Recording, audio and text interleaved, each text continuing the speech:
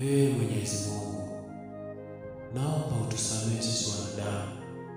Tumegeuka na kuziacha njia zako, tunaenenda kinyume na mapenzi yako. Binadamu tumebadilika, tumekusahau wewe Muumba wetu.